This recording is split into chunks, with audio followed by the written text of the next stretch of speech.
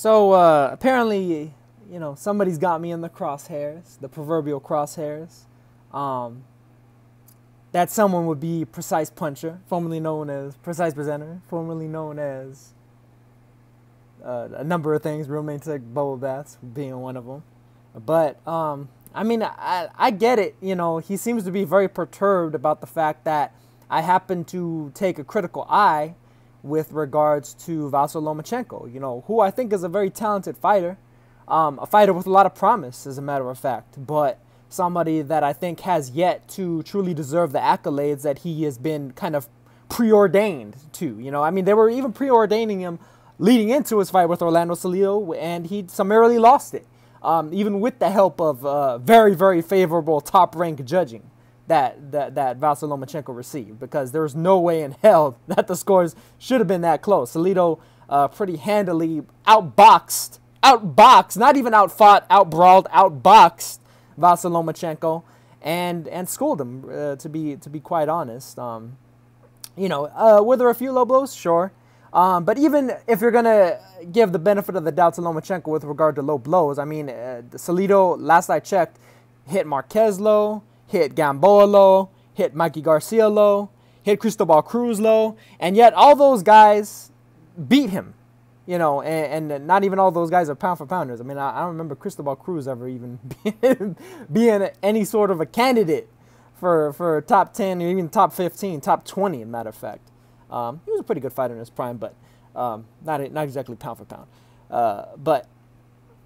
Getting back to Lomachenko, though, the guy has yet, at 130 pounds, he has yet to fight a top 130 pounder.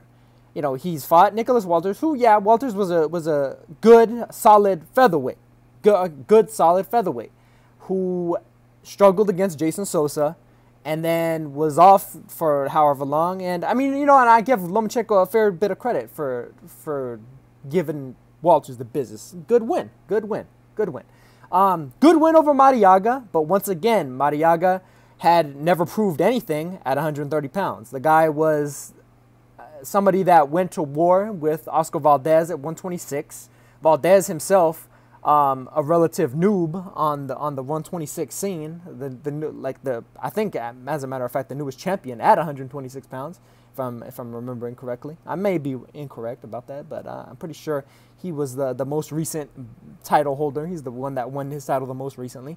And so, theoretically speaking, or at least hypothetically speaking, you could actually rank him as the least proven of the champions. I'd actually give that to Lee Selby, but you can argue it for Valdez.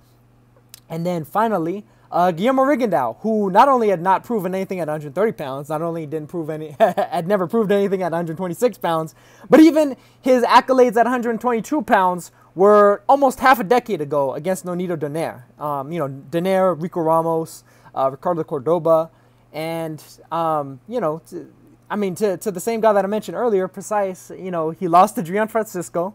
And although I think that he definitely had some problems with Gian Francisco, I don't think that he actually lost the fight.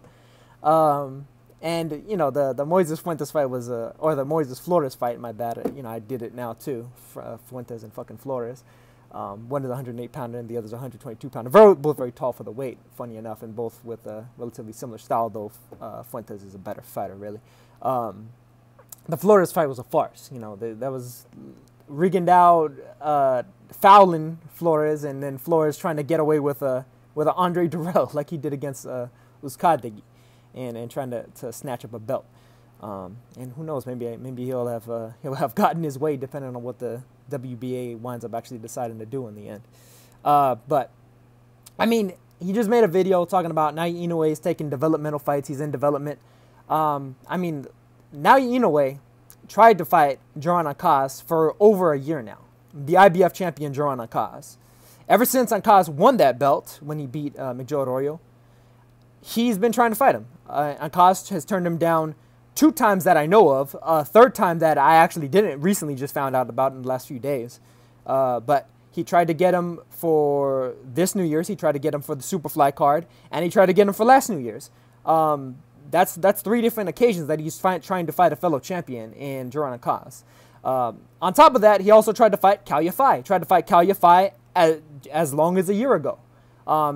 they offered Cal Yafai a spot against Naoya Inoue on Superfly 2, which is coming in February, the Street Circuit versus Estrada headliner. This would have been a co-feature for that, just like Naoya Inoue versus Antonio Nieves was for Superfly, what was that, a month and a half ago, 2 months ago? Or, no, 3 months ago, my bad. Forgetting the dates now. But he fought Nieves on that card. And, Nieves was basically another opponent like Yohan Boyao just was, who he, summarily destroyed, of course, who was essentially a last resort. Not the best last resort even, but a last resort nonetheless. Because even in Naoya Inoue's own contract, which is, relatively common knowledge. I guess it's not as common as I had assumed, but it's relatively common knowledge that Inoue's contract is structured in a way where he's always having to fight either a fellow champion or his number 1 or number 2 contender. Beyond that, if all of those guys start refusing or are unavailable, at that point he takes a voluntary. So that's what happened with Nieves, and then that's what incidentally happened with Boyao. Because if you go back through Naoya Inoue's record, all of those guys were either his mandatory or they would have become his mandatory had he let the mandatory position go unfought for enough of a degree of time. He fought Omar Narvaez in order to win the title. He was out with a hand injury most of the year afterwards, and then he fought Rolito Paranos. Paranos was his mandatory. He then fought David Carmona, who was the number 1 contender at the time for the WBO, in order to clear out a mandatory, because at that point he was looking to try to come to the U.S., possibly fight Roman Gonzalez, if Gonzalez was going to move up and fight him or what have you. Then he fought Karun Harupian-Lerd.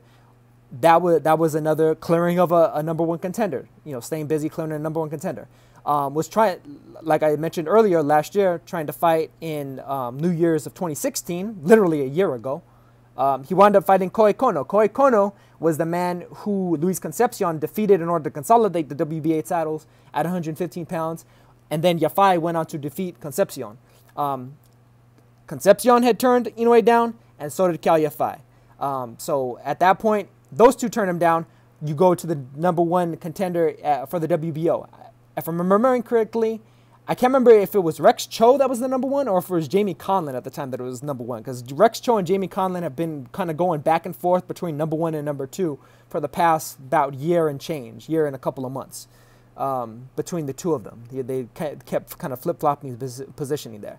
Jamie Conlon's team wanted nothing to do with Naoya Inoue.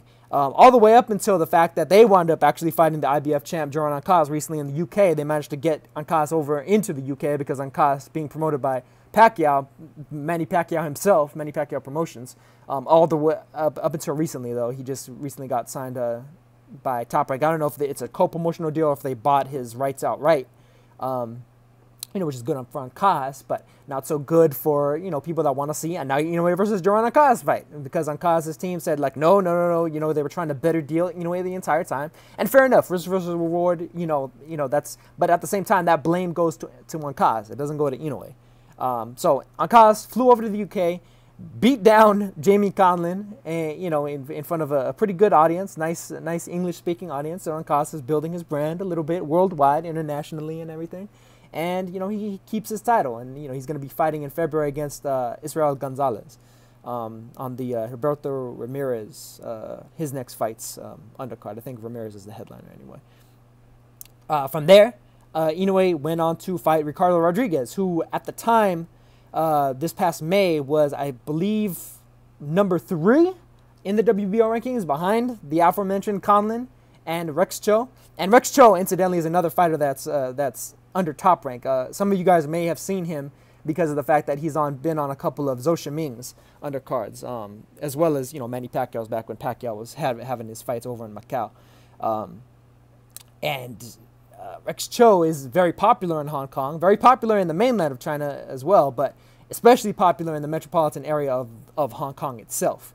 And so he brings in a fair bit of money, and he's also, unlike Zhou Shiming, who's been kind of on the downslide, in terms of age, wear and tear, etc., so on, and, kind of focus on the sport. Rex Cho is barely kind of building himself. So Top Rank has kept Cho around, and has kept him very well protected, because had they thrown in Cho with Naoya within any time in the past year and a half, I'm pretty sure that they feel the same way, that Cho would have been completely obliterated by Naoya Inoue. So Inoue wound up fighting Ricardo Rodriguez, and then finally leading up to now fought Antonio Nieves, who would just happen to be a voluntary, somebody that's just ranked in the top 15 of the WBO, and then finally Yohan Boyao, another guy that's been ranked, just recently in the top 15, a guy that's fought as high as featherweight, as a matter of fact, So, and interestingly enough, Nieves has campaigned higher in weight as well, at bantamweight and super bantamweight. But this all just goes to show that, the blame doesn't lie with Naoya Inoue. The blame, if you want to blame anybody for Naoya Inoue taking quote-unquote development fights, you got to place the blame on Jamie Conlon, who up until recently was an undefeated contender, Rex Cho, who's still an undefeated contender, Joran Akas, who's the current reigning IBF super flyweight champion, but has been turning several offers down from Naoya Inoue now for over a year.